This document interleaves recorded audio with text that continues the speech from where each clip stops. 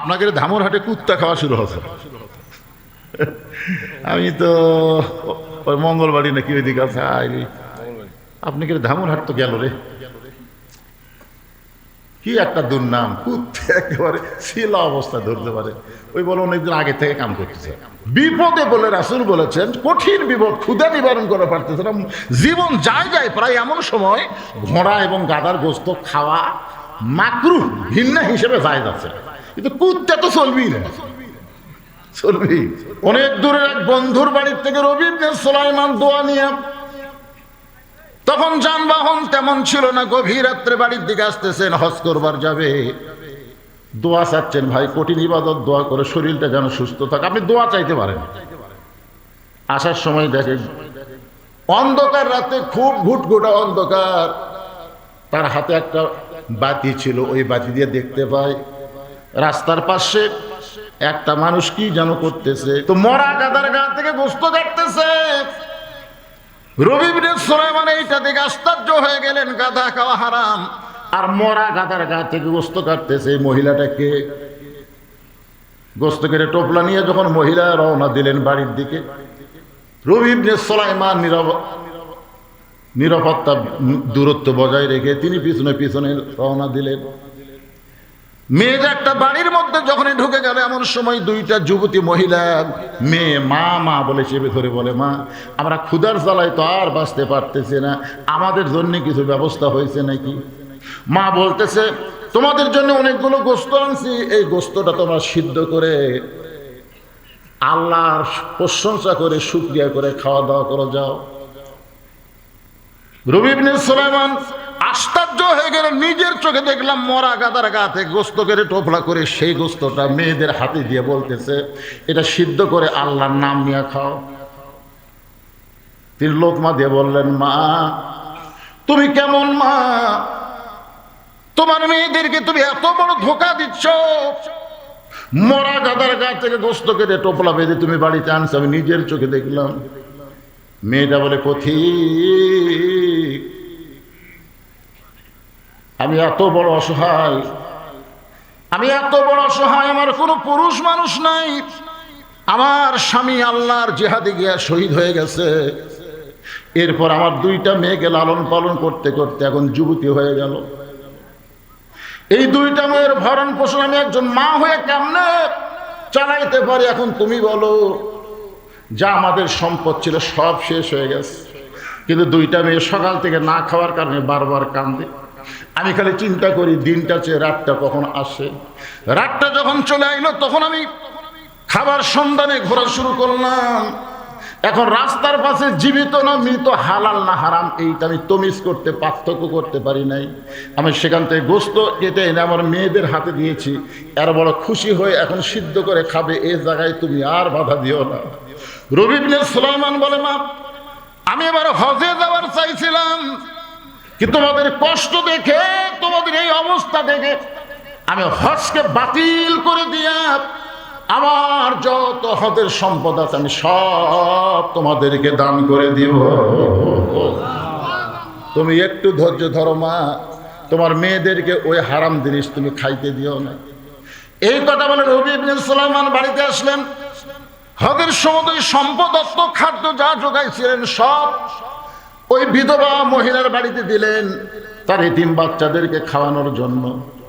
হজে যখন নির্দিষ্ট সময় চলে আসলো, ওই 9টা বন্ধু এসে বলতেছে, চলো এখন তো হজে যাওয়ার সময় হয়েছে, চলো যাই। রবি ইবনে সুলাইমান বললেন, তোমরা যাও, এবার আর আমি যাব না। 9টা বন্ধু বললে, কতদিন হলো গল্প করতেছি একসঙ্গে হজে যাব, তুমি কেন যাবে না ভাই? বলে, হঠাৎ সমস্যায় পড়ে গেছে, আমার যাওয়া হবে না, তোমরা 9 জনে যাও। এখন কি করবে? রবি ইবনে সুলাইমানকে বাদ দিয়ে ওরা 9 বন্ধু হজে চলে গেলেন।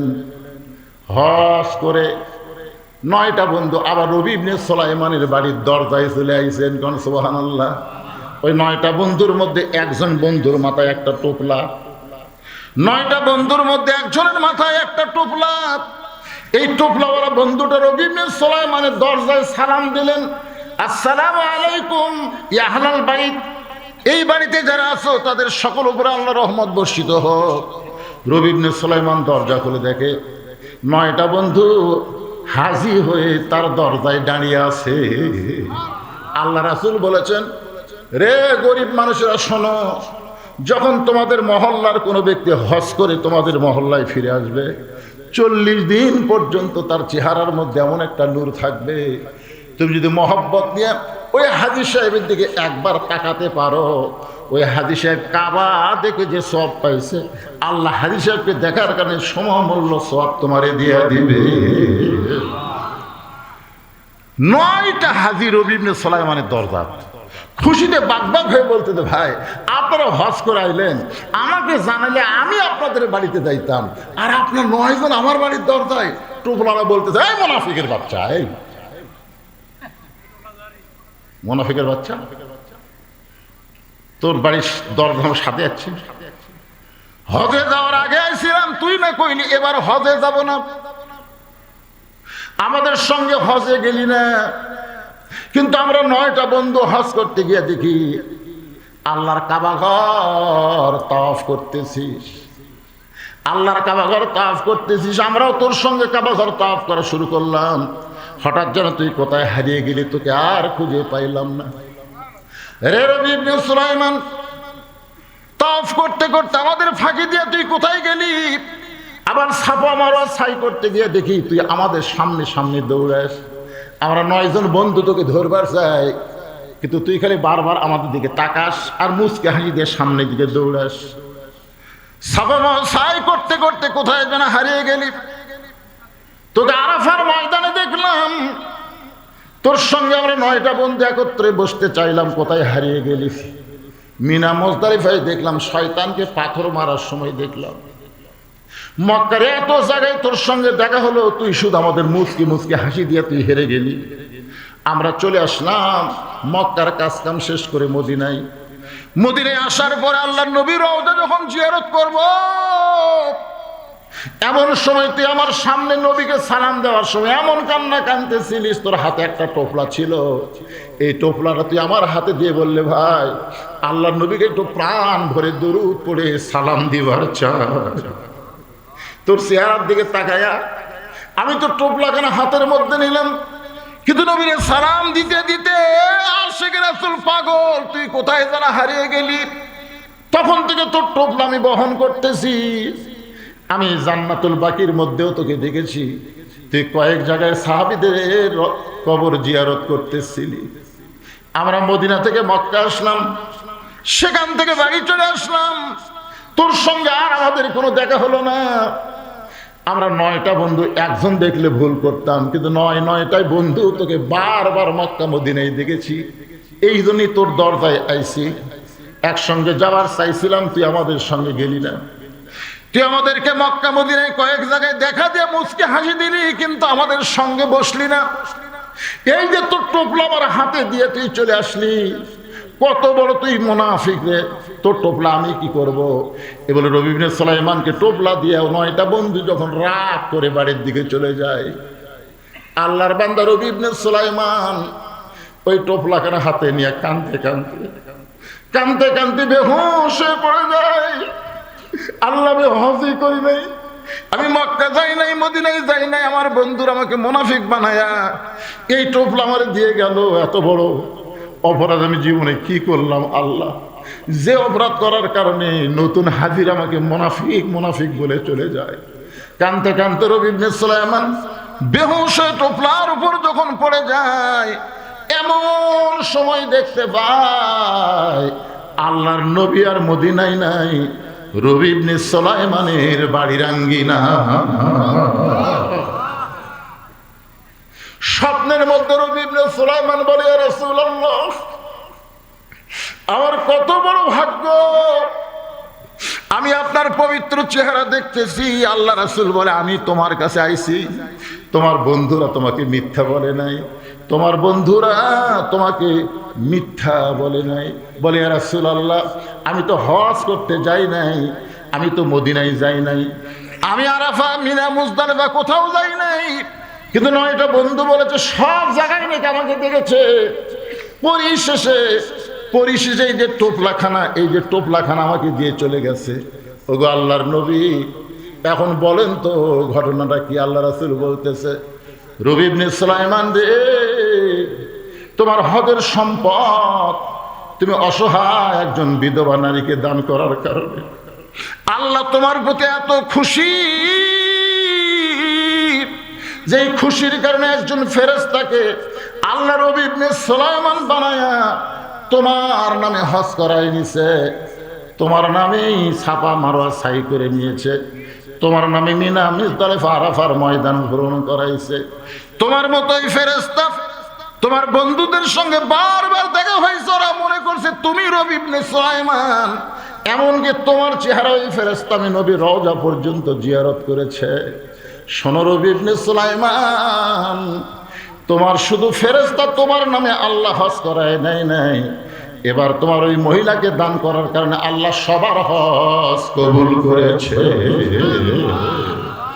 সঙ্গে সঙ্গে রবি ইবনে সুলাইমান বলে, ইয়া রাসূলুল্লাহ, মান রাআনি হাক্কান ওয়াজাবাত লাহু শাফাআতি ইয়াউমাল কিয়ামাহ। কেউ যখন নবীকে দেখলো, সরাসরি দেখার স্বপ্নে দেখা একই দেখা, ধরে কান সুবহানাল্লাহ।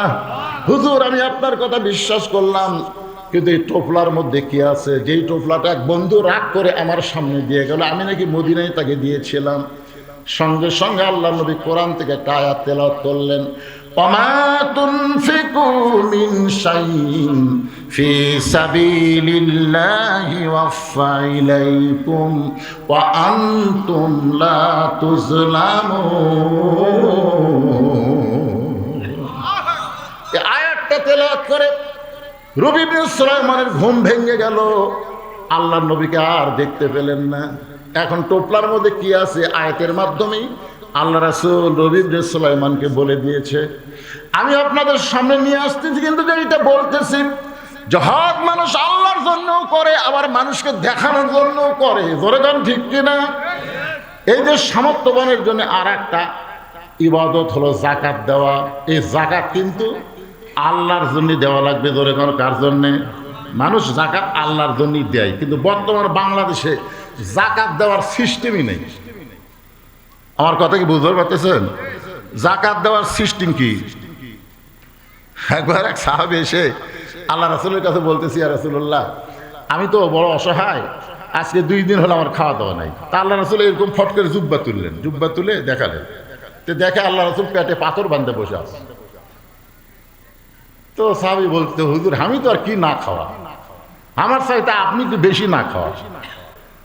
এই কথা বলে সাহাবী যখন যাবার চায়, আল্লাহ রাসূল বললেন, আম্মা সাইলা ফালা তানহার। কেউ কিছু সাইল করলে তাকে খালি খালি ফেরত দেওয়া যায় না। তো সাহেব বলতে, হুজুর আপনি কি দিবেন? আপনি দেওয়ার কি আছে? বলে আমি কেন দেব? ওসমান বুঝেন, বলে তুমি একটা চিঠি লাগো ওসমানের কাছে, যে এই লোকটা ওসমানের কাছে যাওয়া মাত্র যেন তাকে 2000 টাকা দিয়ে দেয়। ধরে এখন কয় হাজার? তো হয় তাহলে চিঠি লিখলো। আল্লাহ রাসূল বলতে, চিঠির নিচে আমার নাম লিখে দাও, তাহলে চিঠির গুরুত্ব বেশি হবে। কি করেন এখন? তারেক জিয়ার চিঠি আসলে গুরুত্ব কম হবে না বেশি হবে? ফেসবুকে দেখলাম কারি নাহিদের গাওয়াতে একটু হাত দিছে, সাইদিদের গাওয়াতে একটা হাত দিছে, ওরা গুলগুলা হয়ে গেছে। আমার গাওয়াতে আমি যদি এখন তারিকদের সাথে একটা ছবি তুলবার পারি, কি মনে করতেছেন? হ্যাঁ, অনেকে কয় আমাকে হুজুর জীবনে বড় একটা শখ আপনার সাথে একটা ছবি তুলবেন। আমি অনেক বাড়ির যাই দিকে পাবনা এলাকার, আমার সাথে তার ছবি এরকম বান্ধা রাখছে। এরকম ভক্ত থাকে কি থাকে না, সেটা বোঝানোর জন্য বলতেছি ভাইজান। তো ব্যাপারটা হলো, আল্লাহ রাসূল বললেন চিঠির নিচে, আমি তো লিখতে পারি না, তুমি চিঠির নিচে আমার নামটা লিখে দাও। তো গরি সাহেব ওসমান গনির কাছে যায়, থেকে ওসমান গনি কেশিয়ারের সাথে ঝগড়া করতেছে। কিন্তু 4 আনা কোথায় গেল?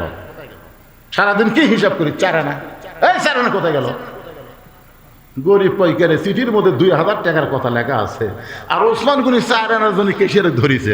কিন্তু সেই হারকিপটা এক চিঠি দেওয়া কথা না দেওয়া হতে নবীর কাছে গিয়ে বলতেছি, ইয়া রাসূলুল্লাহ আপনি দিবার পারেন না ঠিক আছে, কিন্তু ওর কাছে পাঠাচ্ছেন, ওই 4 আনার জন্য কেশিয়ারে ছাড়ে না।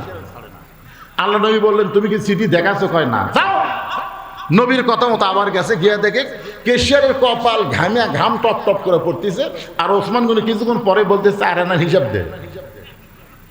গরিব কয় 1 ঘন্টা হয়ে গেল, এরপরও সেই বেটা 4 আনার হিসাব ছাড়ে না। এ তো কোনোদিন মানুষকে দান করবে না। নবীর কাছে গিয়ে বলে, ইয়া রাসূলুল্লাহ, আল্লাহ রাসূল বলতেছেন তুমি কি তোমার চিঠি দিছো? হুজুর কেশিয়ারের কপাল ঘামা টস টস করে পড়তেছে, তাও স্যার না হিসাব ছাড়তেছে না। তুমি চিঠি দেও নি, দেওয়ার পরিবেশে পাই না, আবার যাও। গরিব কয় না, এ বারবার না খাওয়া যাওয়ার চাইতে বসে থাকাই ভালো। তো মনের দুঃখে চিঠি লিয়া, বুঝলেন, অন্য এক রাস্তা দিয়ে বাড়ি যাচ্ছে, আবার নবীর কাছে গেলে নবী আবার পাঠাবে, দরকার নাই।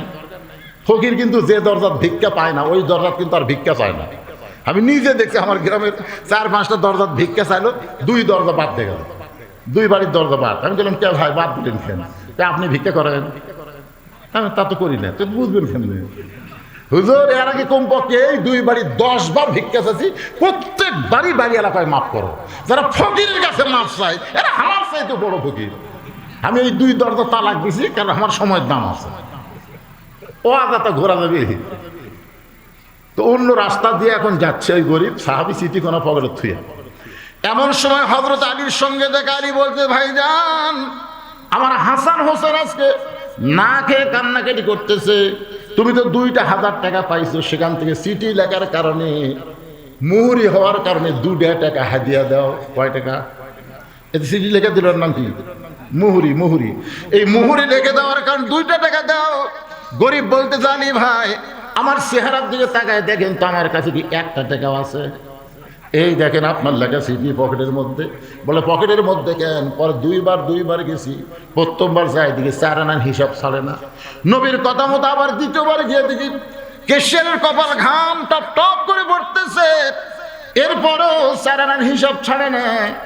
আমি আর না যাই, 2 রাস্তার মাঝখান দিয়ে পলাবার চাই। আলী বলতেছেন, পাগল, নবী যেগুলো কাজ করে নবী ইচ্ছা করে করে না, সবগুলো কাজ কে করায়? মা ইয়ান্তিকু আনিল হাওয়া ইন হুয়া ইল্লা ওয়াহয়ুহা। এক সময় আলীর কথা মতো গরিব সাহাবী গিয়া দেখে ওসমান গনি আর কেশিয়ার 2 জনই আল্লাহর শুকরিয়া আদায় করতেছে, আলহামদুলিল্লাহ আলহামদুলিল্লাহ আলহামদুলিল্লাহ। আপনারা বলেন তো, এই যে 4 আনার জন্য কেশিয়ারকে 1 ঘন্টা ধরে ঘামালো কেন? কারণ যাদের উপরে যাকাত ফরজ হয়েছে তারা 4 আনার হিসাব করে হলেও যাকাত দেওয়া লাগবে। ধরে কথা কন না কেন? হিসাব ছাড়া যাকাত দিলে ইচ্ছা মতো আন্দাজে দিলে হবে? শতকরা কয় টাকা? এ ধরে কোন কয় টাকা? 100 টাকার 2.5 টাকা যাকাত হিসাব করে দেওয়া লাগবে। কিন্তু আমাদের বাংলাদেশে যাকাত মানুষ দেয়, হিসাব করে দেয় না, ইচ্ছা মতো দেয়। রমজান মাসে দেয়, তাও সব দিনে দেয় না। রমজান মাসে যে কোনো দিনই যাকাত দিলে হবে। হিসাব করে আপনি রাখবেন যে এই বছর আপনার 2 লাখ টাকা যাকাত আছে, আপনি রমজানের প্রথম দিন থেকে শুরু করবেন, সেই দিন পর্যন্ত দিবেন। কারণ রমজান মাসে দিলে সওয়াব বেশি না কম? কিন্তু প্রথম দিন আছে, না না না না না আমি তো এখন যাকাত দেবো না। কে এখন দিবেন না ভাই? রমজান মাস শুরু হচ্ছে, এখন 20 তারিখের পর, 21 তারিখ যা বাড়িতে যায় আসে তাকে বলে 21 তারিখ। যত লোক গরিব আছে সবাইকে 21 তারিখ। এখন 21 তারিখ পর্যন্ত আর বাঁচার গ্যারান্টি আছে? এ কথা কর না, বাঁচার গ্যারান্টি আছে? তাহলে 21 তারিখ বলতেছে। 21 তারিখে ক্যামেরাম্যানকে ভাড়া করছে, ক্যামেরাম্যান, আমার বাড়ির সব যাকাত দিবার আসবে, তোরা ক্যামেরাম্যান আছে ভিডিও করবো, আমি কিন্তু 1 লাখ খাই না, আমি দিয়ে খাই। তাহলে আপনি বলেন তো, যাকাত কি শুধু মানুষ আল্লাহর জন্য দেয় না মানুষকে দেখানোর জন্য? তাহলে কয়টা করলাম? নামাজ মানুষ আল্লাহর জন্য পড়ে, মানুষকে দেখানোর জন্য পড়ে। হজ মানুষ আল্লাহর জন্য করে, মানুষকে দেখানোর জন্য করে। যাকাত মানুষ আল্লাহর জন্য দেয়, আবার মানুষকে দেখানোর জন্য দেয়। শুধুমাত্র রমজান মাসে রোজা, এই রোজাটা মানুষ 16 ঘন্টা 15 ঘন্টা রাখে, এটা মানুষকে দেখানোর জন্য কেউ রাখে না। কথা কন না কেন ভাই যায়? যারা রোজা রাখে, আপনি বলেন তো, দুপুর বেলায় যখন টিউবওয়েলে গোসল করতে যান, টিউবওয়েলের দরজা বন্ধ করে দিলে আপনার তো আর ওই টিউবওয়েলের মধ্যে কেউ নাই, ঠান্ডা পানি মাথার উপর ঢালতেছেন। এই বছর রমজান মাস অর্ধেক ঠান্ডা অর্ধেক গরম হবে, এবার ওই এয়ার কন্ডিশন, সুবহানাল্লাহ বলেন। মাথায় পানি ঢালতেছে, এই পানিটা নাকের উপর দিয়ে মুখের মধ্যে ঢুকতেছে, মুখের মধ্যে ঢুকে গলা পর্যন্ত যায়, আপনি বারবার কুলি করে বের করে দেন। আপনি যখনই বের করে দিচ্ছেন, ফেরেশতা বলে, আল্লাহ কেউ তো নাই, এই ঠান্ডা পানি তার কলিজা তৃষ্ণায় ছটফট করতেছে, কেন খায় না? আল্লাহ বলতেছে, সাওমুলি ওয়ানা আজজি বিহি, রে ফেরেশতা তোমরা সাক্ষী থাকো, রোজা আমার জন্যে, আমি আল্লাহ নিজের হাতে রোজাদারকে পুরস্কার দিব। রে ফেরেশতারা শোনো, দেখো রোজা কেমন ভাবে তাকে মুত্তাকি বানায় দিয়েছিল। আল্লাহ কোন তাত্তাকুন, সে এমন মুত্তাকি কেমনে হলো? কেউ যখন দেখতেছে আমি আল্লাহ দেখতেছি, এই বিশ্বাসের উপরে সে রোজা রাখতেছে। ধরে গান সুবহানাল্লাহ। রোজা কোন দিকে, আপনারা কোন দিকে তাকাচ্ছেন ভাইজান? গুরুত্বপূর্ণ কথা হচ্ছে রোজাদারের জন্য দুইটা পুরস্কার। একটা পুরস্কার দুনিয়াতে ইফতারের সময়, আর একটা পুরস্কার হলো আল্লাহর সঙ্গে দেখা। ধরে গান সুবহানাল্লাহ। আয়াতটা আপনাদের পড়ি, তারপরে এটার উপর ব্যাখ্যা করে যে কয়টা আমি ওয়াজ শুরু করছি সব কয়টাই শেষ করব। মনে করেন না হুজুর ওরা ছেদেছে দেখা হওয়ার কোনো চান্স আছে? কারণ এখান থেকে বাড়ির যাওয়ার কোনো গ্যারান্টি আছে? তাহলে থুইয়া যাবো কেন, সবই বলবো।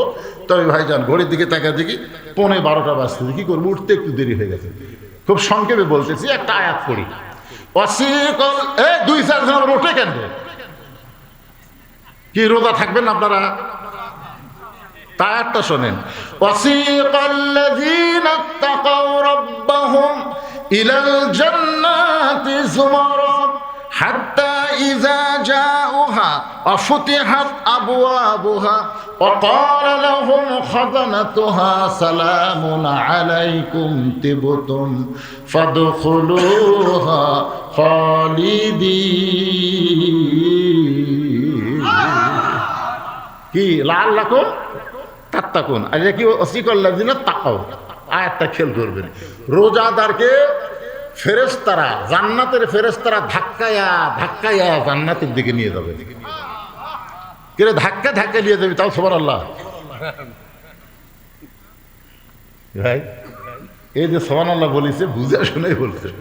মানে প্রত্যেকটা রোজাদারকে আল্লাহ জান্নাতের মূল দরজায় বরণ করার আগে 70,000 তরুণ, মানে যেরকম নেতা আসলে যেরকম গেট করে না, এরকম 70,000 গেট বানাবে। ধরে কোন সুবহানাল্লাহ, শুধুমাত্র রোজাদারের সম্মানে। কারণ আল্লাহ তাদেরকে রায়হান নামক একটা দরজা দিয়ে জান্নাতের মধ্যে প্রবেশ করবে। ধরে কোন না সুবহানাল্লাহ। হ্যাঁ, বোঝা লাগবে। এখন দেখেন তো, এই জন্য আল্লাহ বলতেছে ধাক্কায় থাকান প্রথম দরজা দেখে মনে করো রোজাদার, এটাই জান্নাত। বুঝছেন? বসবার সাথী ফেরেশতা আল্লাহ এরকম এত দরজা বানাত হোসেন, সব দরজা যদি বসে তাহলে ওই দরজা যেতে কতক্ষণ লাগবে? তা আল্লাহ বলতেছে বসবার চালি ধাক্কা মারবে, মানে বসবার সাথী মারবা ধাক্কা।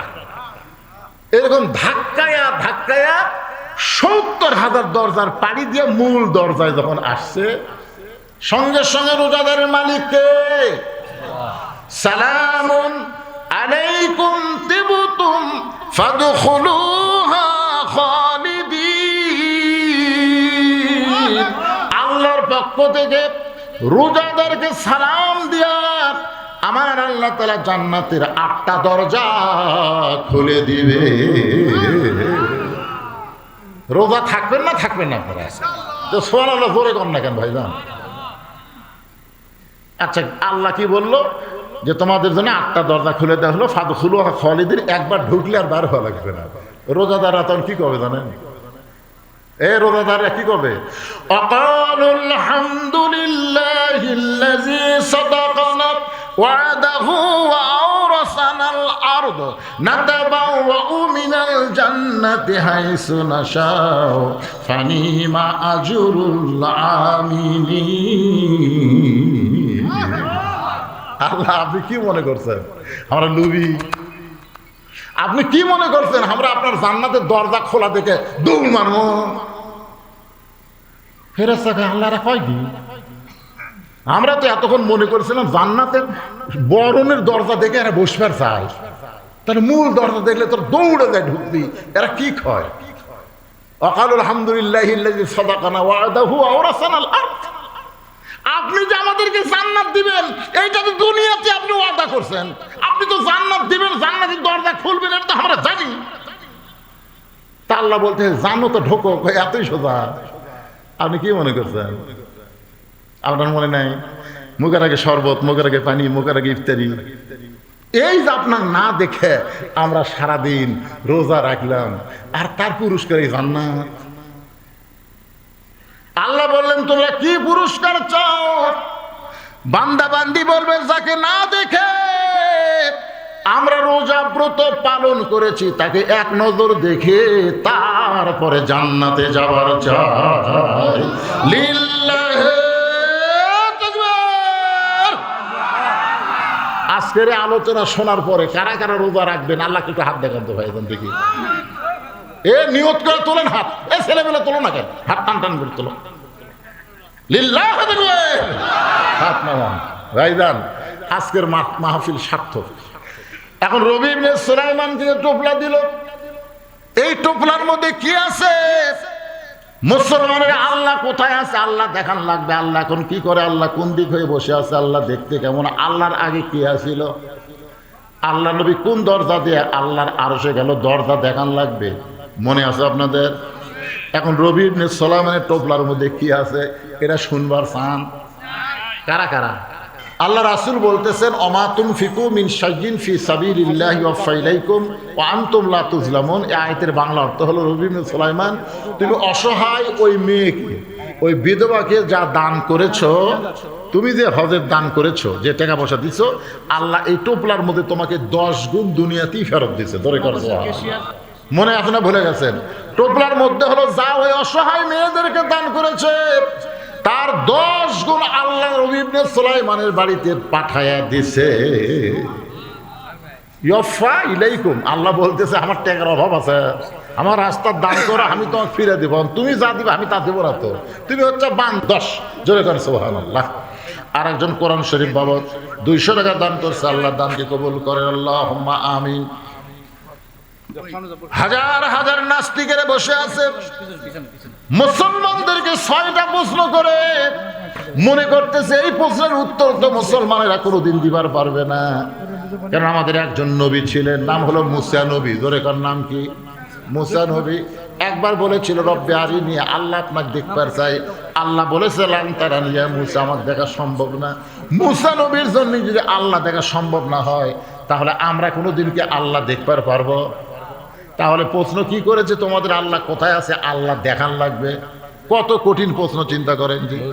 খুব লম্বা করে বলতে চাচ্ছি না, হাজার হাজার নাস্তিকেরা বসে আছে। ওই রাস্তা দিয়ে 13 বছরের একটা বাচ্চা, সেই বাচ্চারা হলো 30 পারা কোরআনের হাফেজ। ধরে কোন সুবহানাল্লাহ। ওই রাস্তা দিয়ে যাচ্ছে, টুপি মাথা দিয়ে ছোট বাচ্চা রাস্তা দিয়ে যাচ্ছে। তো খ্রিস্টানদের নাস্তিকের একজন বলতেছে, এই মোল্লার গোষ্ঠী, এই তোমাদের জি ও তাই তো, সেটাও কথা।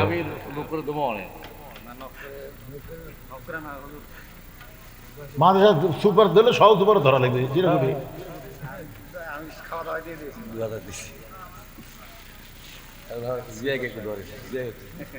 বিয়াই বিয়া। আমি কি ধর্ম গ্রন্থ, আপনি ধরে কোন ভাই কিছু কোন? ও 12টা বাজে গেছে, বুঝতেছেন না? আমার বিয়ে তো দিয়েছে 20,000। হ্যাঁ, বিয়ের বোন দিল 20,000। আমার না পার হওয়া লাগে। হ্যাঁ, 21,000। বিয়ে দিছে 20,000, বিয়ের বোনও দিতে 20,000, আবার আমার উপরে থাকা লাগে, তাহলে 21,000। দোয়া করার দরকার আছে না নাই? আল্লাহুম্মা আমিন। আল্লাহ, সেই 89 থেকে মাদ্রাসার খিদমত করতেছে আল্লাহ, এখন পর্যন্ত মাদ্রাসায় আছে আল্লাহ, তার হায়াত বাড়ায় দাও। তার বাপ মার মধ্যে আপনজন যারা কবরে গেছে আল্লাহ, এই বিশাল দানের উসিলায় আল্লাহ তাদের কবরগুলোকে জান্নাতের টুকরা বানায় দাও আল্লাহ। মাদ্রাসার সার্বিক উন্নতি আল্লাহ তোমার কাছে কামনা করি আল্লাহ। অত্র এলাকার ছেলে মেয়েদেরকে মাদ্রাসায় ভর্তি হওয়ার তৌফিক দাও বিরহমাতিকা ইয়া আরহামার রাহিমিন।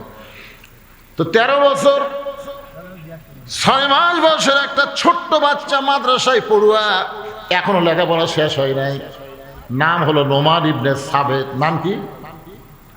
যা দেখে নাস্তিকেরা বসে আছে, সব ফরাসতে এরকম বিছনাত বসে আছে, একজন সিয়ারত বসে থাকে খালি, এই মুসলমানেরা, আমাদের 6টা প্রশ্নের উত্তর যদি দিবার পারো, তাহলে আমরা আর কেউ নাস্তিক থাকবো না, আমরা সবাই মুসলমানই হয়ে যাব। এমন সময় এই 13 বছর 6 মাস বয়সের কিশোর বাচ্চা এই কোরআন শরীফ বুকের মধ্যে নিয়ে ওই নাস্তিকদের সামনে দাঁড়ায় গেছে। ধরে কোন সুবহানাল্লাহ। নাস্তিকের সভাপতি বলতেছে, হাতি ঘোড়া গেল তল, আর কি কয় কত, একটা শাস্ত্র নাই, হাতি ঘোড়া গেল তল, কি কয়? সেটা কে কয়? ও মশা কয় কত জল। বড় বড় আলেমদেরকে আমরা চ্যালেঞ্জ করলাম, আর তুই ছোট এক বাচ্চা আইছিস। এই তো বলতেছে তোমরা যে 6টা প্রশ্ন করছো মুসলমানদেরকে লক্ষ্য করে, এই প্রশ্নের উত্তর তোমাকে জানা আছে? তো নাস্তিকদের সভাপতি বলতেছে উত্তর জানা নাই, খালি প্রশ্ন আমরা জানি। এখন মনে করেন কি জানে ওরা? প্রশ্ন জানে কিন্তু উত্তর।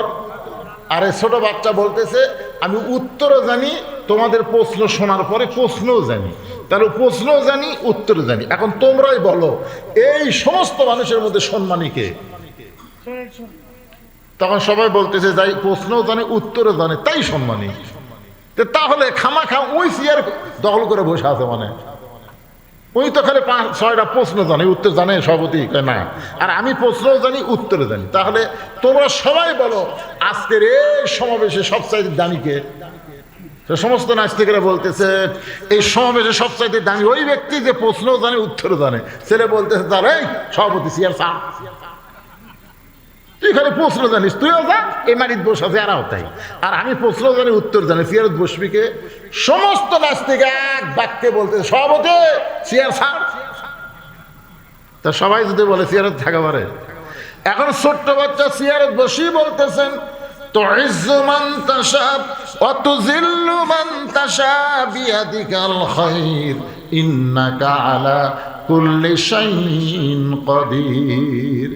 ও নাস্তিকেরা, তোমরা একটা প্রশ্ন করেছিল তোমাদের আল্লাহ এখন কি করে? তোমাদের আল্লাহ এখন কি করে? প্রশ্নের উত্তর হলো আমার আল্লাহ তাআলা এখন সভাপতিকে চেয়ার থেকে ঘাট ধরে নামায় দিয়ে আমাকে সম্মানের চেয়ারে বসায় দিল।